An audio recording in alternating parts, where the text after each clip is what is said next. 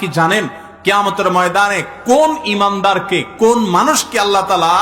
কোন হিসেব করে বিনিময় দিবেন না, বিনা হিসাবে দিবেন, যে হিসাব নিকাশ নাই, বিনা হিসাবে ঢেলে দিবেন আল্লাহ তাআলা কাকে জানেন? একমাত্র ব্যক্তি সবরকারী। কোন ব্যক্তি?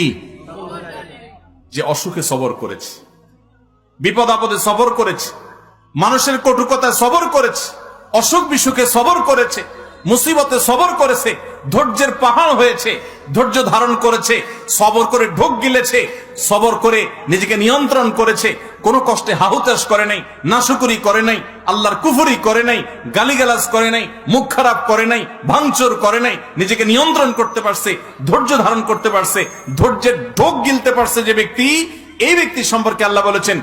সবরকারীদের বিনিময় আল্লাহ রাব্বুল আলামিন কিয়ামতের ময়দানে কোনো হিসাব নিকেশ করা ছাড়া, তুমি নামাজ কয় ওয়াক্ত পড়ছো, রোজার কতগুলোর সওয়াব পাবা, সুবহানাল্লাহ কতবার পড়ছো, আলহামদুলিল্লাহ কতবার পড়ছো, কয়বার কোরআন খতম দিছো, কয়বার কি ভালো কাজ করছো, এই সমস্ত হিসাব নিকেশ নাই বান্দা। তুমি সারা জীবন সবর করেছো, সব ক্ষেত্রে সবর করেছো, আজকে তোমার দেওয়ার ক্ষেত্রে কোনো হিসাব নিকেশ নাই, বিনা হিসাবে আল্লাহ তাআলা ঢাইলা দিবেন।